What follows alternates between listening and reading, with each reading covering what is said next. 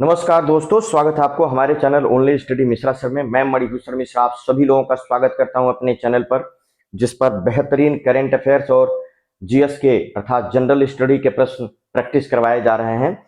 तो चलिए हम शुरुआत करते हैं आज के 5 और 6 जून 2024 के महत्वपूर्ण प्रश्न, जो आपके परीक्षा के लिए बेहद महत्वपूर्ण होंगे। एक एक प्रश्न चुनिंदा है और इसको आप जरूर देखिए। चलिए हम शुरुआत करते हैं आज के पहले प्रश्न से। हमारा पहला प्रश्न है, किस देश की एक अदालत ने गोल्डन राइस और बीटी बैगन के व्यावसायिक उत्पादन पर रोक लगा दी है? गोल्डन राइस जो कि एक चावल की किस्म है और जेनेटिकली मॉडिफाइड है, जिसमें विटामिन ए की प्रचुरतम मात्रा होती है, और बीटी बैगन तो इसके व्यावसायिक उत्पादन पर रोक लगा दिया। इसका उत्तर हो जाएगा फिलीपींस। फिलीपींस की अदालत ने इस पर रोक लगा दिया। आपका सही जवाब हो जाएगा फिलीपींस। चलिए इसका कुछ जो है डिटेल देखते हैं कि इसका कुछ डिटेल क्या है।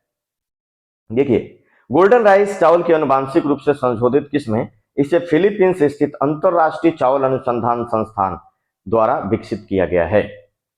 वर्ष 2021 में फिलीपींस चावल की किस्म के व्यावसायिक उत्पादन को मंजूरी देने वाला पहला देश बना था। फिलीपींस 2021 में चावल की किस्म को व्यावसायिक उत्पादन के लिए मंजूरी दिया था और यह करने वाला पहला देश बना था।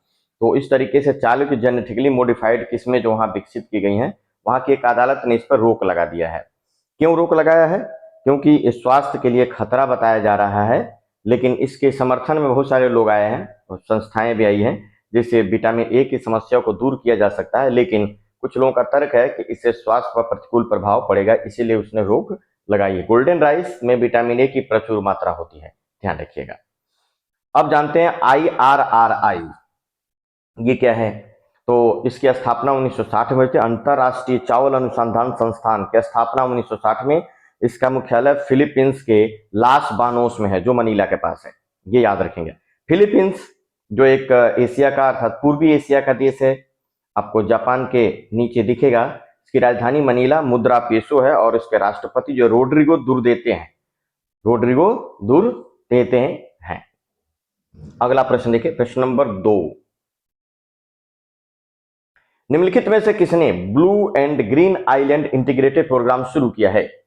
Blue and green island integrated programme शुरू किया है, तो इसका उत्तर हो जाएगा, इसके यूएनडीपी और जीईएफ दोनों ने मिलकर blue and green island integrated programme शुरू किया है। क्यों शुरू किया? यूएनडीपी और वैश्विक पर्यावरण सुविधा जीईएफ ने छोटे द्वीप विकासशील राज्यों अर्थात SIDS-4 पर चौथे अंतर्राष्ट्रीय सम्मेलन के दौरान यह प्रोग्राम लॉन्च किया, जिससे वहां पर जो छोटे छोटे आइलैंड हैं उनके पर्यावरण को और उनकी स्थिति को, यथा स्थिति को बनाए रखा जाए। इसीलिए blue and green island integrated programme संयुक्त राष्ट्र विकास कार्यक्रम और वैश्विक पर्यावरण सुविधा ने शुरू किया है और इस पर यह चौथा सम्मेलन है। आइए जानते हैं यूएनडीपी के बारे में। UNDP united nation development program मुख्यालय इसका न्यूयॉर्क शहर में। स्थापना हुई थी 22 नवंबर 1965 को और इसके प्रमुख हैं अचिम स्टीनर, याद रखिएगा। यूनाइटेड नेशन डेवलप प्रोग्राम ही मानव विकास सूचकांक जारी करता है। अंतर्राष्ट्रीय मानव विकास सूचकांक या ग्लोबल मानव विकास सूचकांक दुनिया में जारी करता है यूएनडीपी, याद रखेंगे। अगला प्रश्न देखें, हाल ही में किसने भारत का पहला इलेक्ट्रॉनिक वाहन अर्थात ईवी इंडेक्स पेश किया है? पहला इलेक्ट्रॉनिक वाहन इंडेक्स पेश किया, तो उत्तर हो जाएगा national stock exchange. National stock exchange जो मुंबई में है, उसने पहला ईवी इंडेक्स जारी किया है। किस लिए किया गया है ये देखिए। इंडेक्स का लॉन्च भारत सरकार द्वारा देश में इलेक्ट्रॉनिक व्हीकल और इसके निर्माण को बढ़ावा देना और इलेक्ट्रॉनिक व्हीकल के निर्माताओं से निवेश आकर्षित करना है। इसलिए यह किया गया है कि इसमें इलेक्ट्रॉनिक व्हीकल के निर्माण में जो इसके निर्माता और ज्यादा निवेश कर सके और इसके इस्तेमाल को और बढ़ावा दिया जा सके, इसलिए नेशनल स्टॉक एक्सचेंज ने इलेक्ट्रॉनिक व्हीकल इंडेक्स लॉन्च किया है। एनएसई की स्थापना 1992 में, याद रखिएगा। एनएसई की स्थापना 1992 में, मुख्यालय मुंबई में है और इसके अध्यक्ष गिरीश चंद्र चतुर्वेदी हैं। ये बात याद कर लीजिएगा। अगला प्रश्न देखिए, राष्ट्रीय सांख्यिकी संगठन एनएसओ के आंकड़ों के अनुसार वित्त वर्ष 2023-24 में भारतीय अर्थव्यवस्था की वृद्धि दर कितनी रही? तो वित्त वर्ष 2023-24 में भारतीय अर्थव्यवस्था की जो वृद्धि दर रही है 8.2% रही है, जबकि इसके पिछले 22-23 में वृद्धि दर 7% रही थी। ये बात याद रखिएगा, जरूर पूछा जाएगा। एनएसओ के आंकड़ों के अनुसार वर्ष 2023-24 में भारतीय अर्थव्यवस्था की वृद्धि दर कितनी रही थी? तो 8.2% रही थी, याद कर लीजिएगा। अगला प्रश्न देखिए, एक भारतीय कलाकार कृष्ण कन्हाई ने द गोल्डन कृष्णा प्रदर्शनी का आयोजन कहाँ किया है? द गोल्डन कृष्णा प्रदर्शनी का आयोजन कहाँ किया है? ये किया गया है संयुक्त अरब अमीरात के शहर दुबई में किया गया है। द गोल्डन कृष्णा प्रदर्शनी का आयोजन कृष्ण कन्हाई ने यूएई के दुबई में किया है। Very very most important. अगला प्रश्न, पेरिस ओलंपिक 2024 के लिए क्वालिफाई करने वाले पहले भारतीय पुरुष मुक्केबाज कौन बने हैं?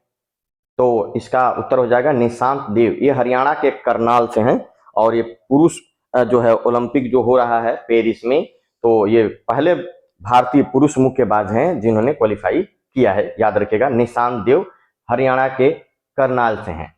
निशांत हरियाणा के करनाल से हैं। बैंकॉक में पुरुष मुक्केबाजी क्वालिफायर में पुरुषों के 71 किलोग्राम वर्ग में जीत हासिल करके इन्होंने क्वालिफाई किया है, याद रखिएगा। अब ये ओलंपिक में भाग लेने के लिए क्वालिफाई कर गए हैं। अगला प्रश्न, निवेशकों के लिए साथी 2.0 पर्सनल फाइनेंस ऐप लॉन्च किया है। किसने लॉन्च किया है? निवेशकों के लिए साथी 2.0 या 2.0 कह सकते हैं, पर्सनल फाइनेंस ऐप किसने लॉन्च किया है? तो इसका उत्तर हो जाएगा SEBI, security and exchange board of India. SEBI ने लॉन्च किया है, ये याद रखिएगा। वेरी वेरी मोस्ट इंपॉर्टेंट कि 2.0 या 2.0 पर्सनल फाइनेंस ऐप किसने लॉन्च किया निवेशकों के लिए? तो सेबी ने। सेबी के बारे में जान लीजिए। सेबी की स्थापना एक जो है वित्त को, एक्सचेंज को और साथ ही साथ स्टॉक को रेगुलेट करने के लिए 12 अप्रैल 1988 को हुई थी, लेकिन इसको संसद के द्वारा कानून बनाकर वैधानिक दर्जा दिया गया 30 जनवरी 1992 को थी। इसलिए इसकी स्थापना 30 जनवरी 1992 को मानी जाती है एक वैधानिक निकाय के रूप में, ठीक है ना, या उसको हम सांविधिक निकाय भी, सांविधिक संस्था भी कहते हैं, जो संसद के द्वारा बनाया गया है। लेकिन इसकी स्थापना हुई थी 12 अप्रैल 1988 को और वैधानिक दर्जा 30 जनवरी 1992 को मिली, इसलिए स्थापना 30 जनवरी 1992 लिखा जाता है। मुख्यालय मुंबई में है और इसके अध्यक्ष जो है माधवी पुरी बुच हैं, पहली महिला अध्यक्ष हैं, ये बात जरूर याद रखिएगा। वित्त वर्ष 2023-24 में भारत को सर्वाधिक प्रत्यक्ष विदेशी निवेश अर्थात एफडीआई किस देश से प्राप्त हुआ है? तो 2023-24 में भारत को सर्वाधिक एफडीआई जो है वो सिंगापुर से प्राप्त हुआ है, ये बात ध्यान रखिएगा। सिंगापुर से $11 बिलियन से भी ज्यादा की एफडीआई सिंगापुर से प्राप्त हुई है। तो ये एफडीआई प्राप्त 2023-24 में एफडीआई प्राप्तकर्ताओं के मामले में सिंगापुर जो है वो भारत के लिए 1 नंबर पर है। दूसरे नंबर पर मॉरिशस है, तीसरे नंबर पर अमेरिका है। अगर पूछा जाए कि सिंगापुर के बाद किस देश से भारत में एफडीआई आया, तो दूसरे नंबर सबसे ज्यादा मॉरिशस से और तीसरा सबसे ज्यादा अमेरिका से हुआ है। वर्ष 2023-24 में भारत को $44.42 बिलियन एफडीआई प्राप्त हुआ है, ये बात भी आप याद रखिएगा।